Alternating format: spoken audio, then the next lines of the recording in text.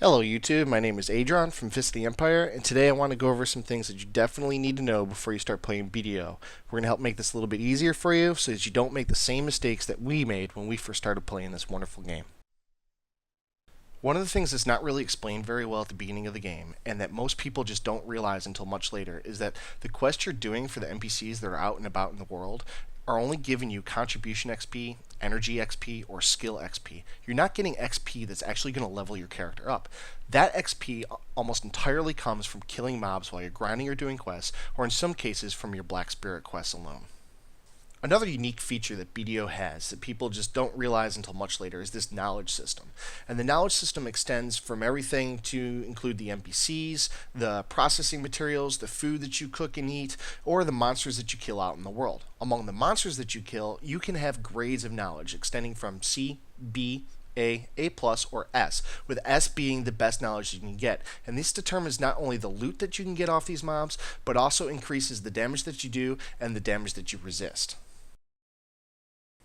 Now, don't fret. If you get a bad rating on something like a C or a B rating, you can actually go and reset that. And it's important to know that a lot of us leave an alt character logged out at the library in Calpheon next to the NPC called Annalisa Rosie. And you can just simply talk to her, spend 10 energy, and reset any mob that you've killed and gained knowledge on in the game. In this instance, we're going to go ahead and talk to her. We're going to click on Knowledge Management, and it's going to bring up a window that shows us the ecology of the world. We find the mob location that we want to reset. In this case, we're going to reset the Matcha Forest, and we're going to reset these javelin throwers. And this will allow us to go ahead, kill more of them, hopefully gain knowledge again, and if we're lucky, we'll get an A plus, or S rating that'll increase the drop rate, the damage, and damage reduction we receive when we fight those mobs. Now, with all this fat loot we're getting and the money that we're getting from these mobs, we're going to need a place to put it, because not only does it take up inventory space, but it all has weight to it that'll bog you down. Every major town has a banker or a warehouse manager that will allow you to push stuff from your inventory into the warehouse. Now, it's important to know that from this warehouse, you can actually sell stuff on the marketplace. You don't need to run to the auctioneer to sell your goods. You just click on marketplace, click on the good, how much of the good you want to do, confirm the price, and then click register, and it's there. You only need to go back to the auctioneer when you want to pick up the money from the sold goods. On top of that, money itself has weight, and it'll bog you down if you have too much of it on you. While you're in the warehouse window, you just click on the money in your inventory to push it to your warehouse, or vice versa, click on the money in your warehouse to push it to your inventory. Since it has weight, you don't want to carry too much, but you might want to carry enough if you're going to a new town. Another feature that this game has, because every town has its own warehouse, they're not interconnected. You have to be able to transport your goods from point A to point B, and the easiest way to do this is from either the map or the warehouse manager. We click on where we want to send it, we push it into the dispatch window, and we check the price, make sure it's not too expensive for us, and click send. That price that it charges comes from the bank. It doesn't come from your inventory. And it's important to understand this because here we need to send something from Heidel to Calpheon. We can do it from the map without actually being there by clicking the transport button on the city and then pushing our goods into the dispatch window, determining where we want to send it and how we want to send it. In this case, we're going to send these goods to Calpheon, and it's going to take the money that we have sitting in the bank in Heidel to pay for the goods that we're trying to send. Now, just receive the goods after they arrive in a city. You would just click again on the town that has the gift above it. You'd click transport. Here where it says cancel, it would actually say receive to get your goods. Now, you're going to get a lot of really cool fat loot in Black Desert Online, and some of it's going to have a high auction house price tag to it. The first thing you're going to want to do is run there and sell it. Don't do that. These items have a high price tag because they're absolutely vital for your character when you reach the end game. The black stones are used to upgrade your weapons and your armor from +1 all the way to +15. The sharp and hard crystal shards are used to upgrade your gear from what we call +16 to +20 after the Medea patch. Ancient relic crystal shards are gained from fishing, or they're dropped by mobs, and when 5 of them are put in this formation in your inventory, you click the plus button and it'll create a boss summon scroll that you can use to summon a boss with a group of your buddies and get even more fat loot. Now, speaking of doing scrolls with your buddies, you want to do all your boss scrolls, your weekly scrolls, your daily scrolls, and your ancient crystal scrolls in a group of 5. The reason you want to do this is because when you kill the boss, everybody gets similar loot. They get the little tokens that you can turn into Blackstones, they get chances at Blackstones, and they all have a chance at getting the really good boss armor drops. If you do this by yourself, you're only benefiting yourself, and your buddies can't participate. If you do it in a group of 5, and everyone has all 7 daily scrolls for the week, and then the 1 weekly scroll, that's a whole lot more Blackstones, gear, and chances at getting really good armor and really good weapons that you wouldn't have if you just did it by yourself.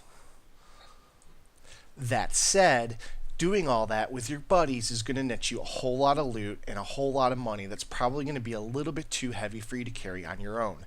The game has an easy solution to this. You can buy a wagon for 180,000 silver from any stable master in the game. When you click purchase, it'll put an emblem in your inventory that you just go out of the shop, go into the register emblem function, and select the emblem. It'll ask you to give it a name, and because we're Fist of the Empire, I Love Foe is probably pretty appropriate. I'm going to go ahead and click confirm, and I got my wagon. Not only do I have my wagon, but I can do something really cool, and that's attach the horses that I have to the wagon so that while I'm riding around in the world, spending my time transporting goods from where I've been hunting to the warehouse, I can attach my horse and level my horse up with me and not waste my time. Once you attach your horse, you take the wagon out, and off you go to have a great time adventuring in a wonderful game full of loot, chaos, and death. BDO is really good about surprising the crap out of you.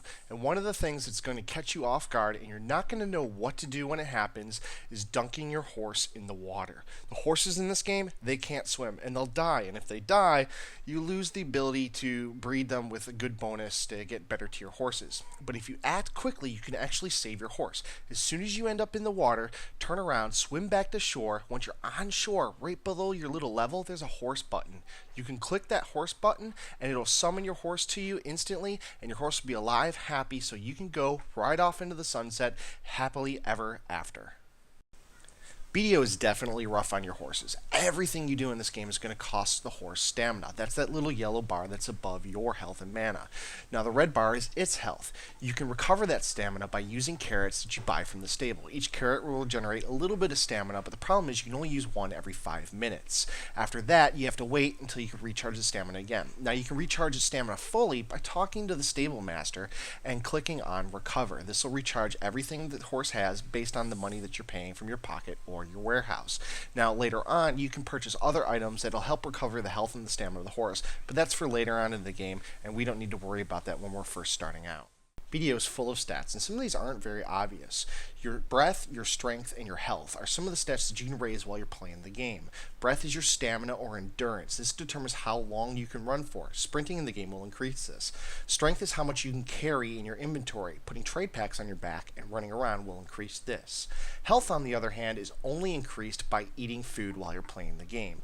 Eating or drinking anything like this milk tea will raise your health just a little bit. Every time you get a level, you get some HP for your maximum HP pool to work with.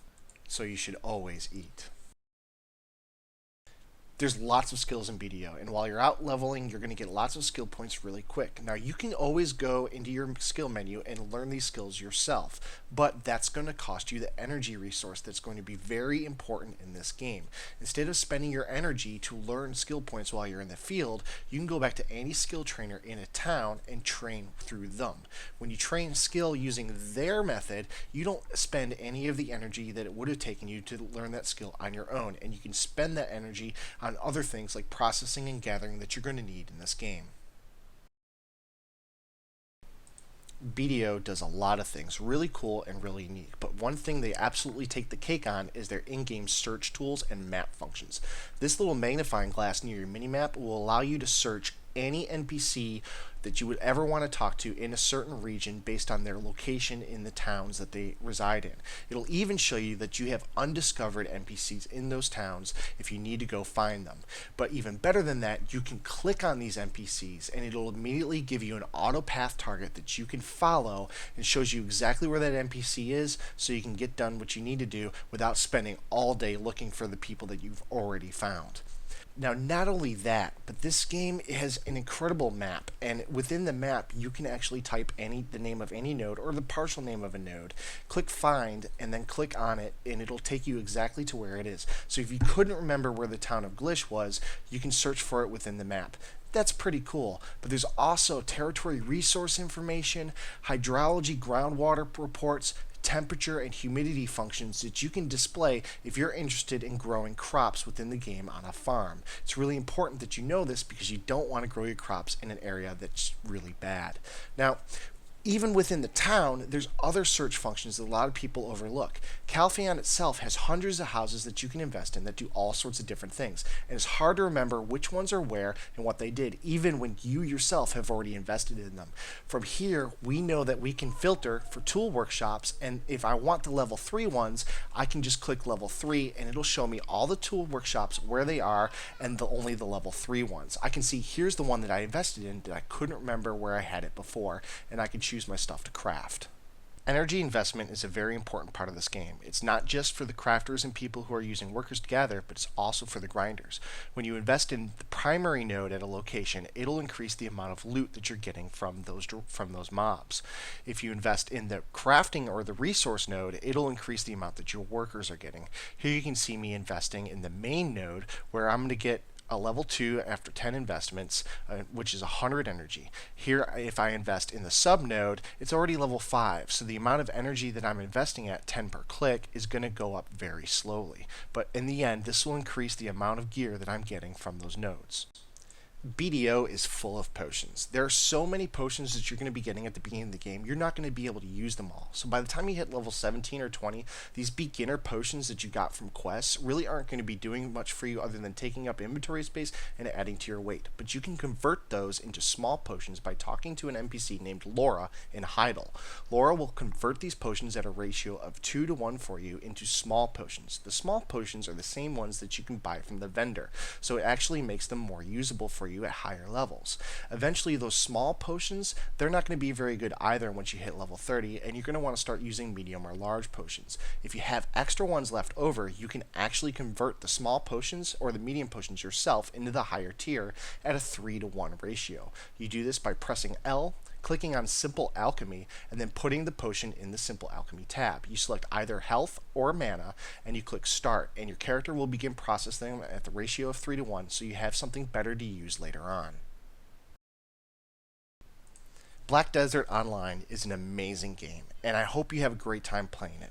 Even more, I hope you enjoyed this video, and I hope it helps give you some tips and tricks that we figured out after playing it extensively in Korea, and it helps you save some time and pain in the long run.